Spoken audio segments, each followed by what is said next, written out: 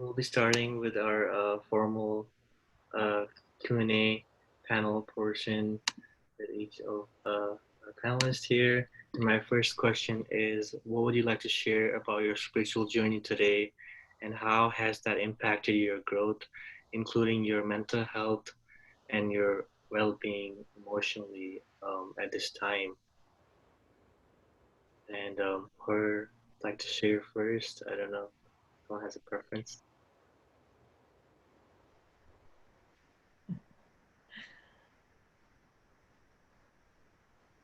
Lisa, would you like to go first?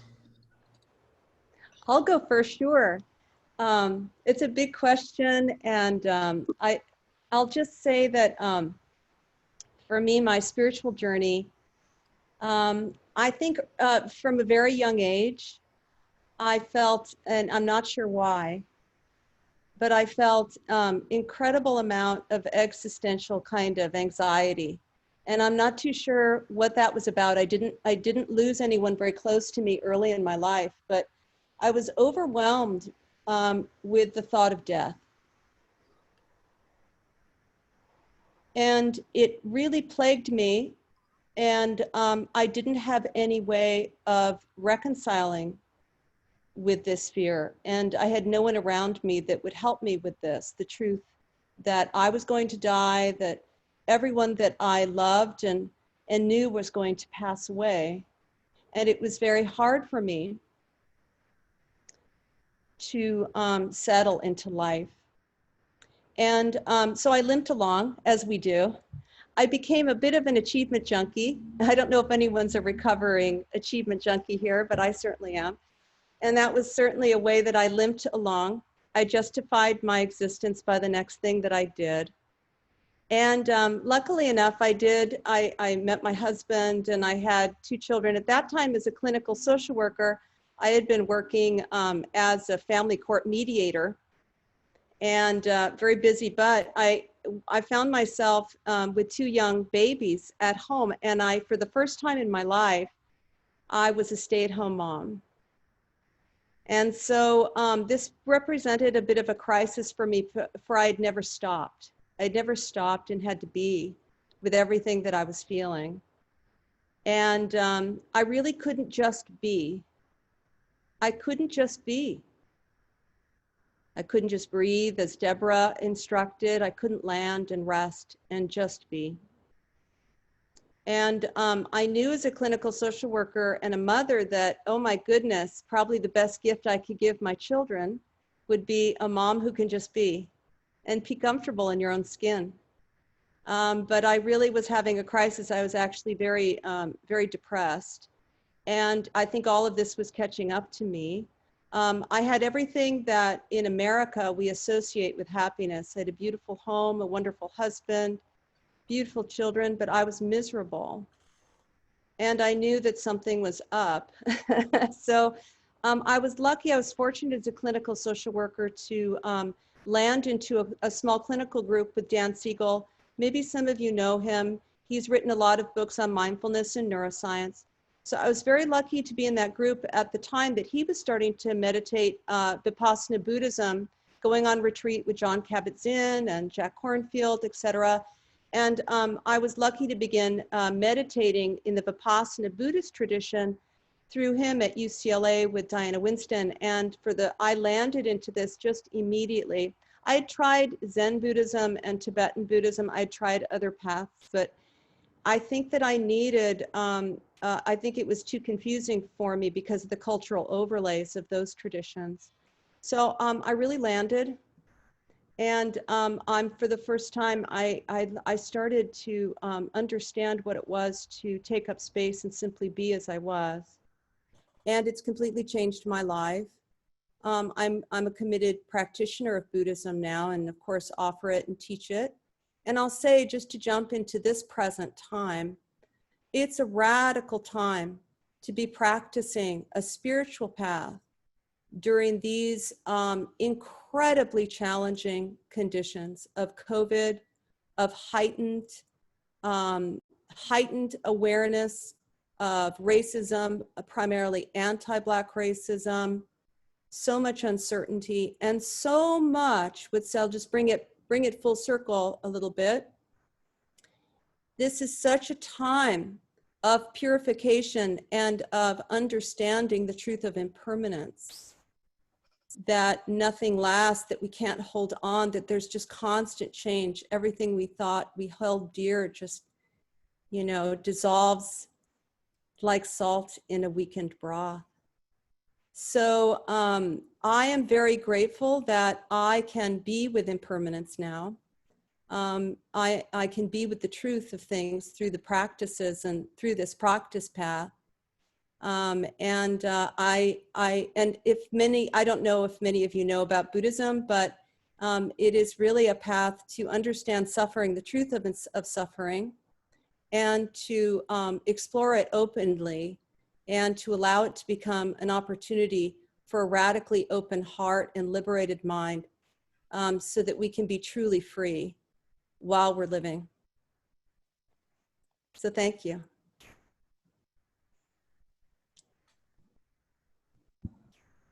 Thank you, Lisa. That's such an important reminder at this time to sort of, we learn in our mindfulness practice to be with what is and to experience the moment as is without judgment.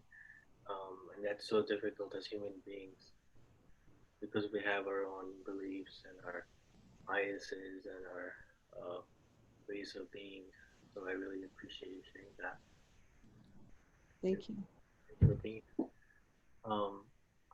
Sister Deborah, would you like to share next? Sure. Listening to what you asked, I thought, how does one take one's whole life and on it in just 3 or 4 minutes?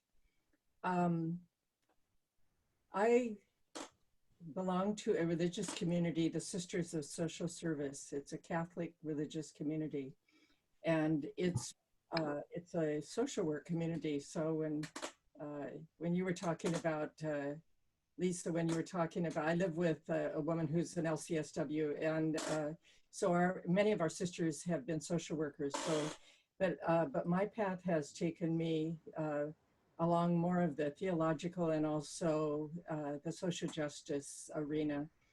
And I was thinking, probably one thing I would want to say is that by nature, I'm very curious. And I really, because I was born Catholic and raised in a Catholic home, it has been a real journey because, of course, first of all, the Roman Catholic Church is very patriarchal. And the women, many women are very talented and somehow need to find out who they are within that setting. And for myself, I had an experience when I was a young woman that would be considered a Christic experience, of that space where you really can't describe it. I just knew that I needed to set my life aside to do something that was greater than my present moment at that time. And so I entered religious life when I was 21, and at that time that was considered old. Now it's very considered young. And actually, looking back on it, as I lived the life and practiced the prayer that we had, when I reached my early 30s, I began to ask other questions because I felt there had to be more to what I was living. And so I went at one point, which I was sharing with Lisa and Felicia, I went to the Zen Center, Los Angeles, when Mayazumi Roshi was still alive. He was still there. And I had the privilege of having Joko Beck as my mentor. And, it was interesting because as a Catholic, we have a strong mystic tradition, but for me, it was too overlaid with other stuff. And what I appreciated about the Zen Center, it was a kind of clean process of sitting meditation. And that appealed to me so much. And from that experience, I have over many years done sitting retreats. It's been a primary source of growth for me, and getting in touch with my shadow, and exploring also Ken Wilber's, much of what he has to say. I have been fascinated because I know there's more, and trying to understand how I am as a human being. And I have been very involved over the years with social justice. And I was saying to Lisa and Felicia, I'm older than you are. However, what I was involved in was the anti-nuclear movement, and perhaps some people may remember that movement, the Freeze, and also the Interfaith Center to Reverse the Arms Race. And perhaps some of you, if you're older, you remember the Alliance for Survival. We were very involved in anti-nuclear work. So, and that led me to continue doing that kind of work in a variety of settings. And in terms of my prayer, always searching and trying to understand who it is that holds my life and holds the life of the whole human community. And so it has taken me along a path of what I would call evolutionary spirituality, which means that we are the ones who carry the next. I believe in Jesus Christ, and I believe in the message of the Christian Gospels, but I happen to believe that the second coming is us, and that if enough of us can come into that state of being, that perhaps we will be able to make a difference in a world that is really in shattered pieces right now. And the divisions that we face really require a steadiness of heart and mind. And I think there are quite a few human beings that are good human beings that are trying to lift up the human possibilities of who we really could be as a human community. And I better stop, because otherwise I'll rant and rave on and on. So enough for now. And thank you for listening. Thank you, Sister Deborah. Yes. Usman, would you mind giving me the prompt one more time? Of course, yeah. What would you like to share about your spiritual journey today, and how has that impacted your growth, including your mental health and your emotional well-being? Yeah, that is a doozy. So 3 hours later, we're going to be done. No.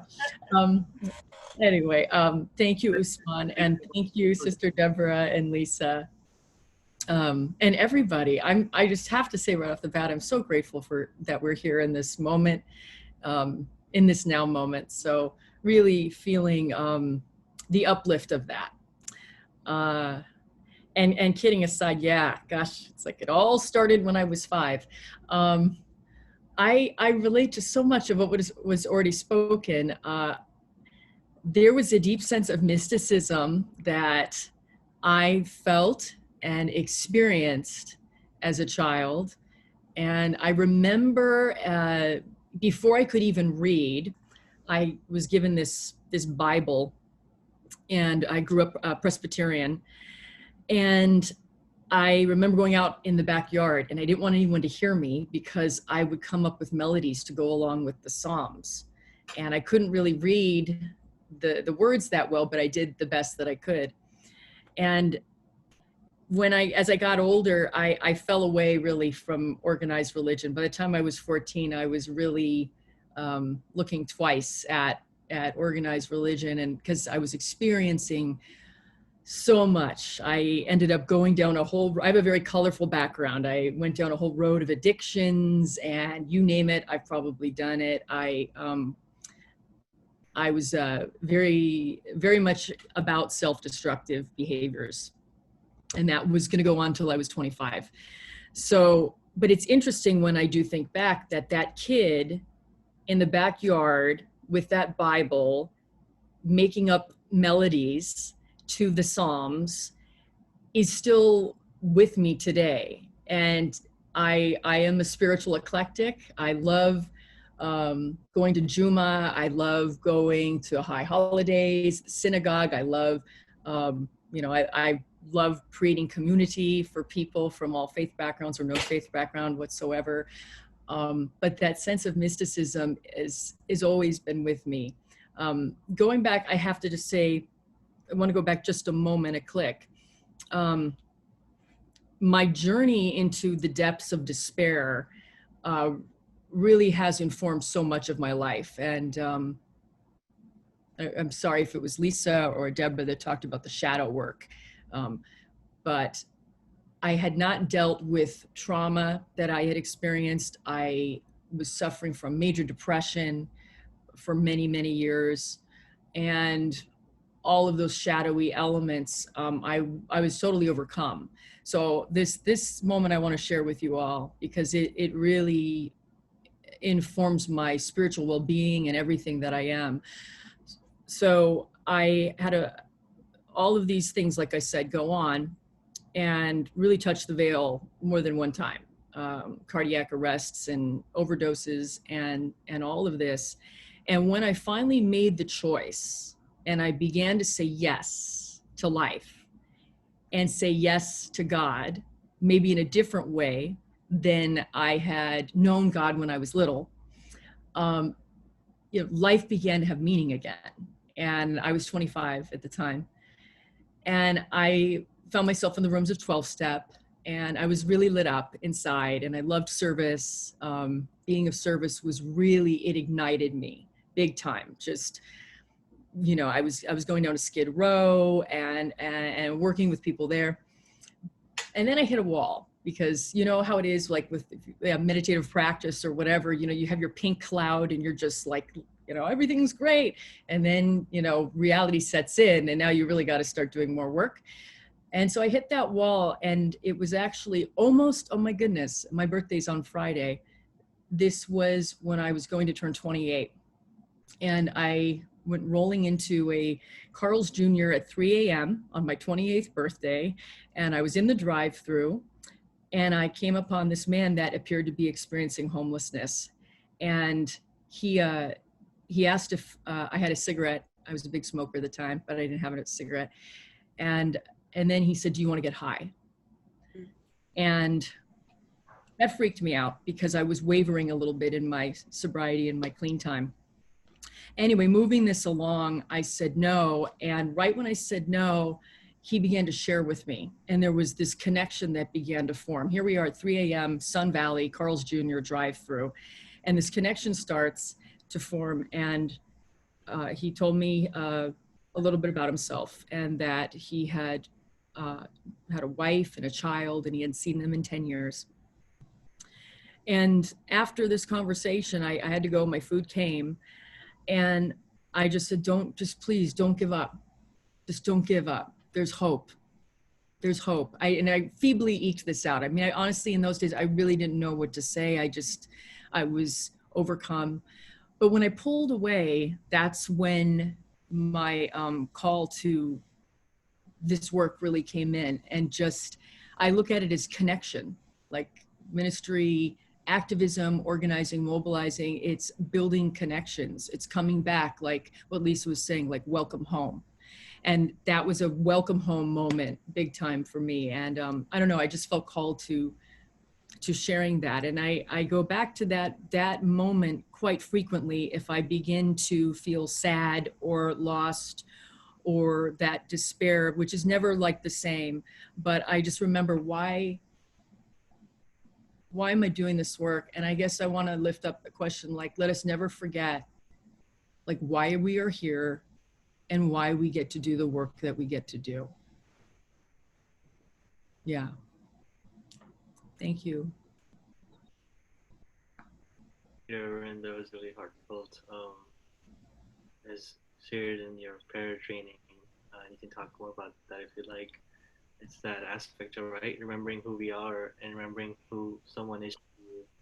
I think that's so important in today's day and age. That aspect of remembering, where we come from and who we are and our values and our being able to ground ourselves as each of you shared and remembering our purpose, because I think each of us have a purpose and a way to support each other and support ourselves more importantly. I think that aspect of remembering as a human being is so valuable.